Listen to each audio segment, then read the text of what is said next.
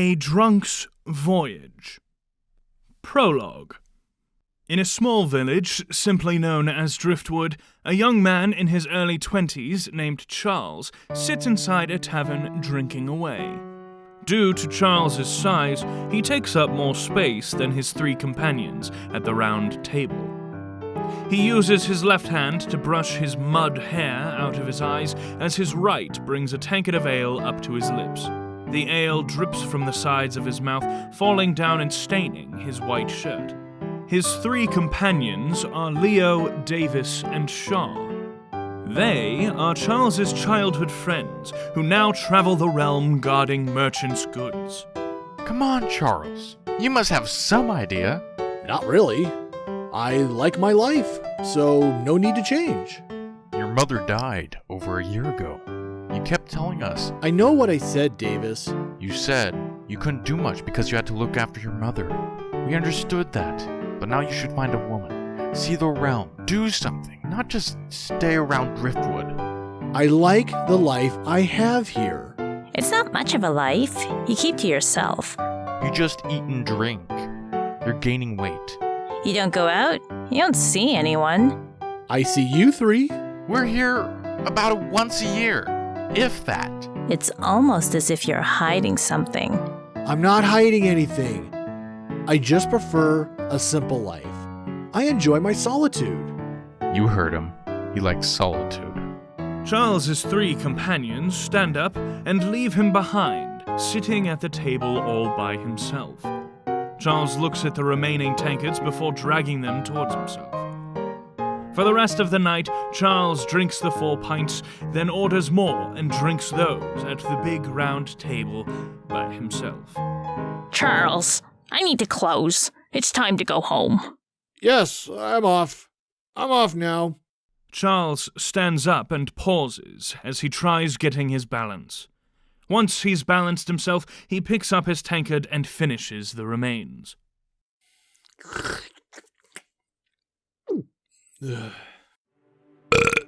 I'll see you later.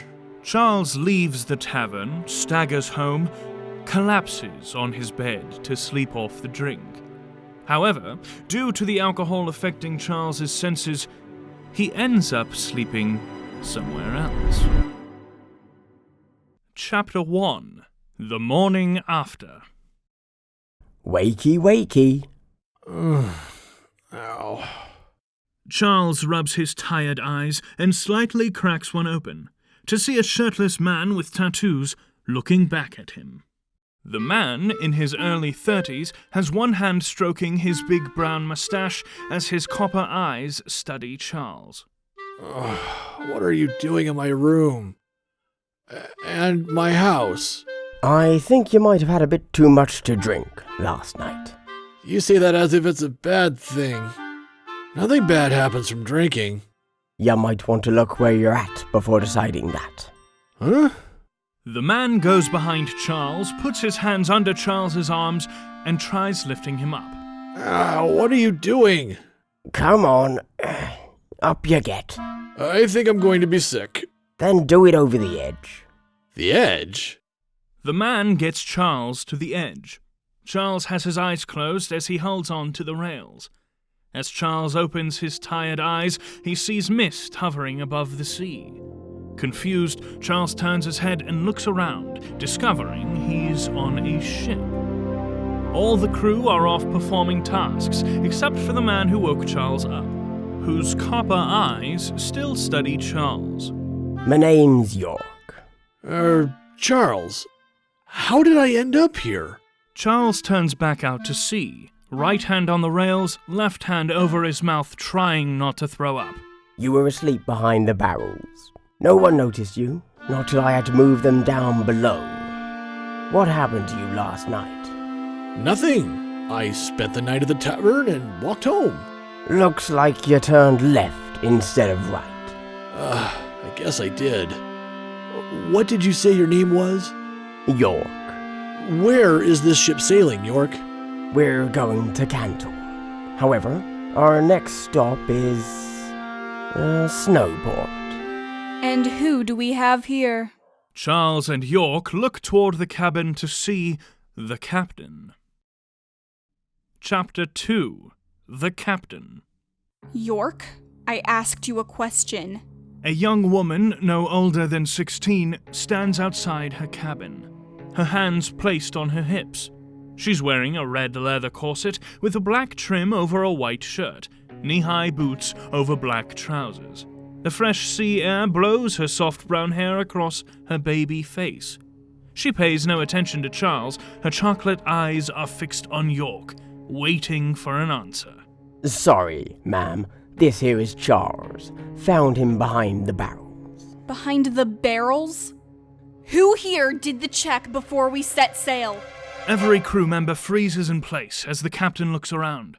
A hunched man with a green vest on top of an unwashed shirt raises his hand, his dirty brown hair falling over his eyes. I did the check. So Horik did the check, but didn't find this man hiding behind the barrels. The captain draws her curved sword, pointing it towards Charles while continuing to look at Horik. Not exactly hard to miss. Bit rude. The captain looks to Charles, giving him a piercing stare before turning back to Horik. She calmly walks over to Horik until they're face to face. Did you look behind the barrels? No, Mom. Half rations, rest of the voyage. It wasn't my fault. It was your responsibility to check the ship before we sailed. Did Frederick ask if it was safe to leave? He did. What was your reply? I said we were good to set sail. You had a responsibility. Half rations. With judgment given, the captain walks back to her cabin. Charles, come with me. Charles looks to York for reassurance. York gives a small nod, signaling him to go follow. Charles enters the captain's cabin to see her sitting down with her legs up on her desk. She has a dagger drawn over her head as she inspects it, before placing it down on her desk. Next to the dagger is a map of the realm, with handwritten notes all over. It's Charles, isn't it? Yes. I never got told your name. Annabelle. Pleasure to meet you, Annabelle. No! Anna, space, Belle. Not Annabelle. There's a fucking difference. I'm sorry. Still a little drunk. Right. I want you, Charles, to get some food, plenty of fresh water, and then some sleep. That should sort you out. Thanks. Are you going to take me back to Driftwood?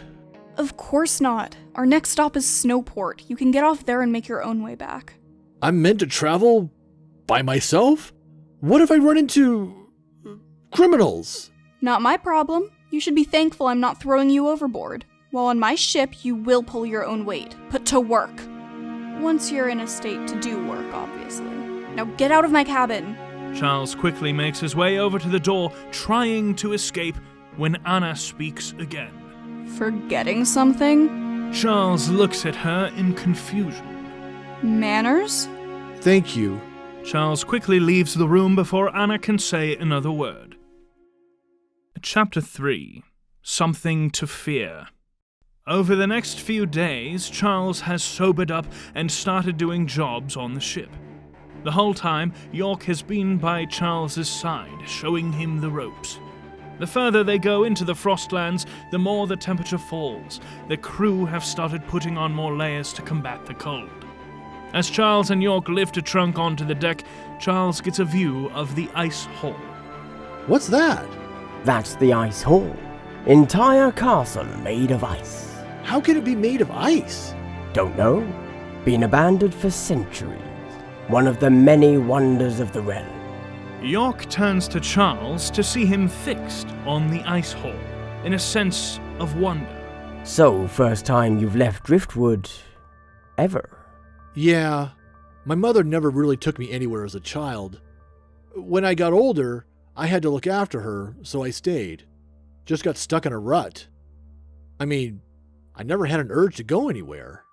You need to start exploring the realm. There's so much to see. That's why I joined Anna's crew. When did you join up? 4 years ago. But I first joined a crew at 5, 6. Lose track after a while. That young? Didn't have a choice. My father left my mother in the middle of the night. Took me with him. I was fast asleep, so I had no idea what he was doing. Your father stole you away?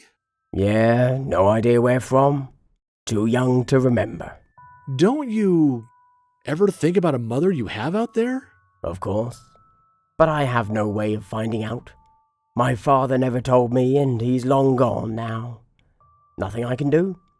I got nowhere to go, so I'll just keep traveling. My mother always told me that it doesn't matter what's happened to you.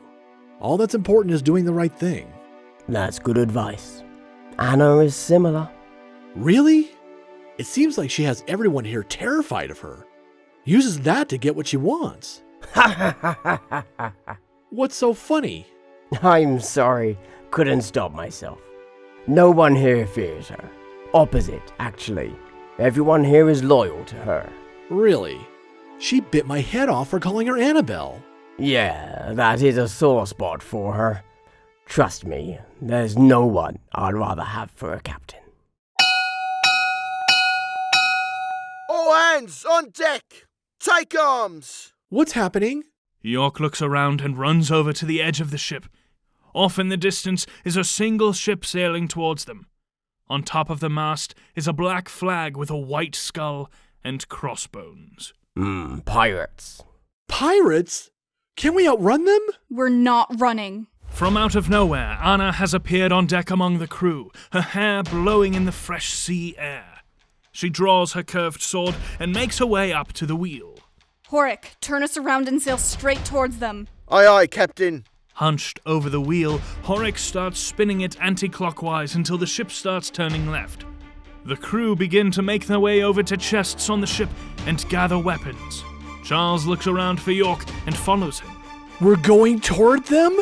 Only way to win is to face them. But I've never been in a fight. What? Never? Surely you must have gotten in a drunken fight before. No, never. As a child? I said I've never been in a fight. Arriving at a chest, York opens it and takes 2 swords, holds one up to Charles. Hold it with your strongest hand. Use it to block and stab. If you swing it, make sure you know who's around.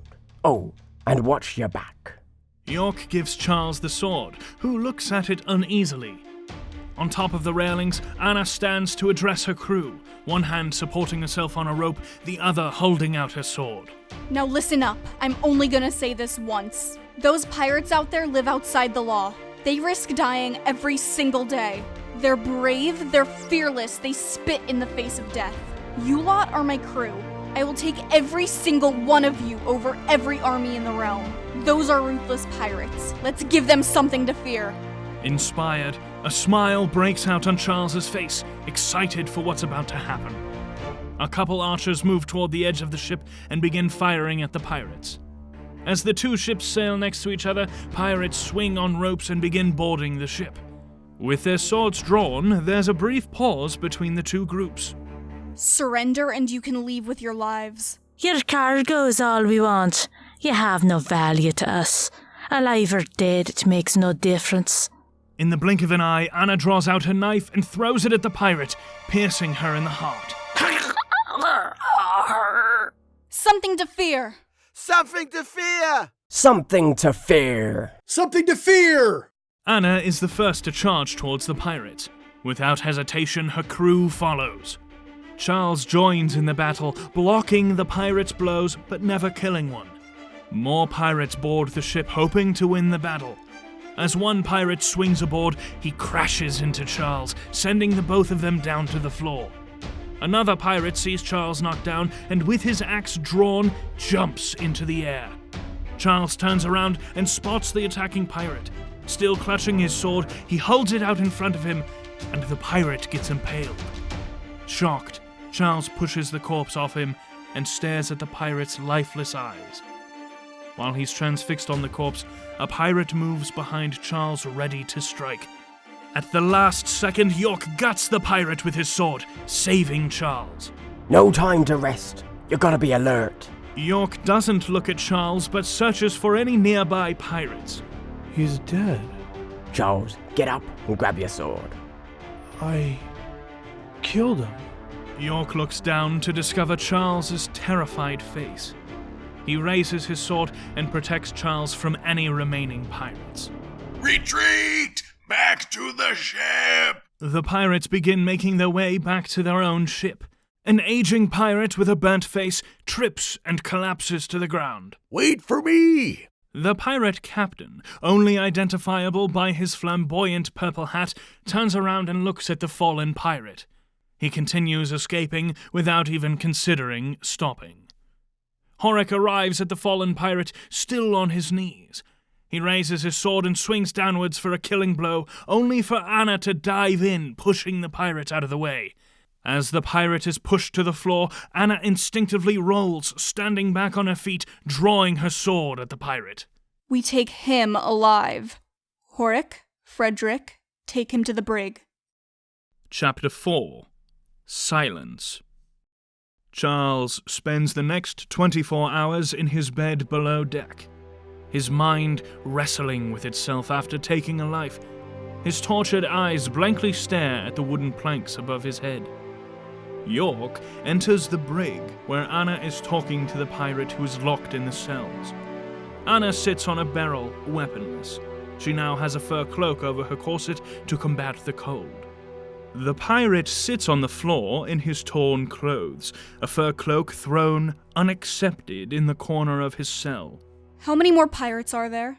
The pirate tries not to make eye contact with Anna. Fine then. What's your name? Surely you can tell me that. Erwin. So he speaks. Next question. Are the pirates likely to return? Durador will return to save me. Guessing Durador's the captain, the one with the purple hat. He looked behind, he saw you, he didn't stop running. I'm the one who saved you. With how many pirates we killed, do you really think he'll risk attacking again? Do you know how many of my crew died? How many? Not a single person. Erwin looks down at his feet, thinking about the situation he's stuck in. Anna turns to York. Get Frederick to put chains on his hands and feet. Find some jobs for him to do. First, follow me. Before Anna leaves, she turns back to Erwin. Have you heard of a ship called Hornpipe? No. My name is Anna. Anna and York leave the brig before talking. What's happened to Charles? First time he's been in a fight. Told him how to use a sword. Didn't think about him taking a life. First time killing someone. I'll talk to him. Anna makes her way to Charles, who's still lying on his bed, eyes wide open. First time you killed someone? I remember my first. I was 9 years old aboard my parents' ship. I was born on that ship. Hornpipe. We got attacked by pirates. My parents and the crew fought them off as I made my way to the lifeboat. Me and my older brother escaped, but the pirates killed our parents in front of us. Oliver, my brother, got cut as we tried to escape. After a day out at sea, his cut got infected, and he turned from bad to worse instantly. I had to put him out of his misery. You don't come back from something like that. I think of him every day. He used to call me Annabelle. People kill all the time. Sometimes it's the only way you survive. Just make sure you do it for the right reasons. Thanks. You got some bad history with pirates. You'll find at sea everyone has a bad history with pirates, even pirates. I just want to find my family's ship. You still chose to save the pirate that got left behind. Don't kill when you don't have to. That's a stain you can't wash off if you're gonna take a life. Make sure you can live with it. Take this. Anna hands Charles an axe. The handle made from a bright red wood with carvings all along the side, leading up towards the razor-sharp head. Belonged to the pirate you killed. It's a good axe. He probably looted it from royalty. Do something good with it. Thanks, Anna. You're very welcome, Charles. Horik slowly opens the door, trying not to make a sound. He stands in the doorway hunched over, his dirty brown hair falling over his eyes. Captain, we need you up on the deck. Make sure you're quiet. What's happened? It's easier if you see it for yourself. On the deck, every single crew member is slowly making their way towards their weapons and tying themselves to the mast with rope.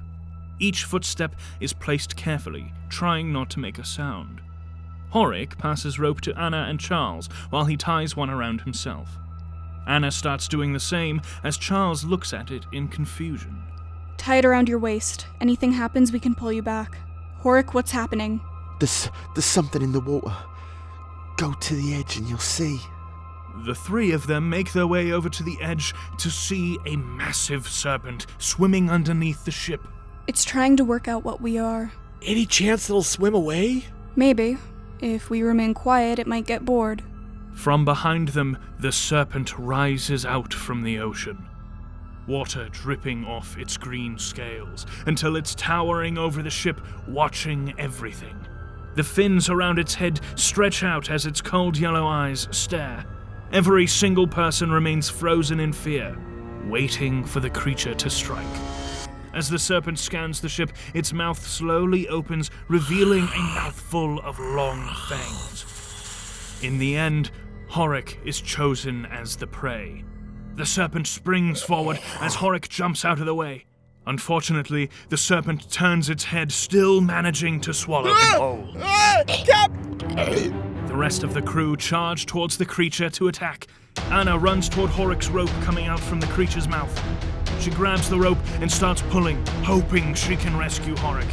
The serpent notices the rope moving out of its mouth and bites it off, preventing Horik from being rescued.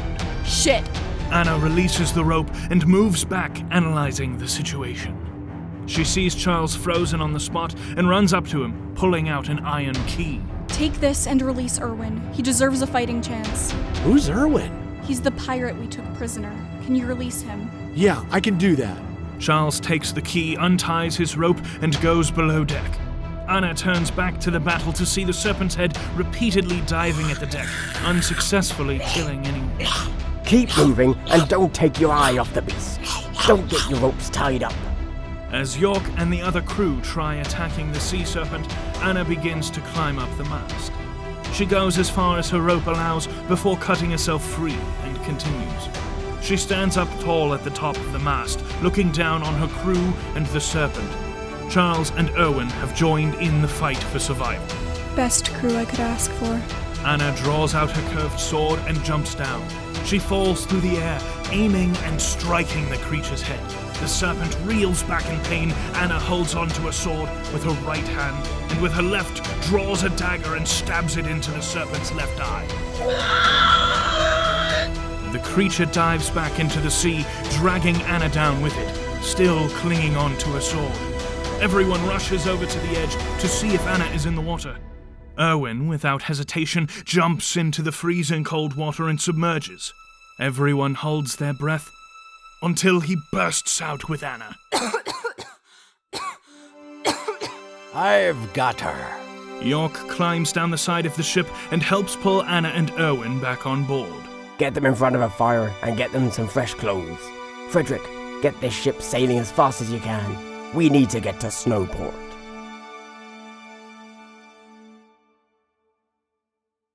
Epilogue. They manage to make it to Snowport within a few hours. Wrapped up in dry clothes in front of a warm fire, Anna and Erwin are no longer in danger of dying. The ship's ramp comes down at the dock, allowing Charles to leave the ship and make his way home. Well, as long as you know where to fall asleep, you should be fine. Thanks. Wasn't a bad mistake, though. I had fun. You're more than welcome to join us on the rest of our journey. I would be honored to have you be a part of my crew. Thanks, but I think I'll go see what else the realm has to offer. Not going back to Driftwood? Not straight away. I'll explore a bit first. You know, take the scenic route. Charles goes up and shakes hands with York and Anna, bidding them farewell. I wish you the best of luck. You are welcome aboard my ship anytime. Thank you.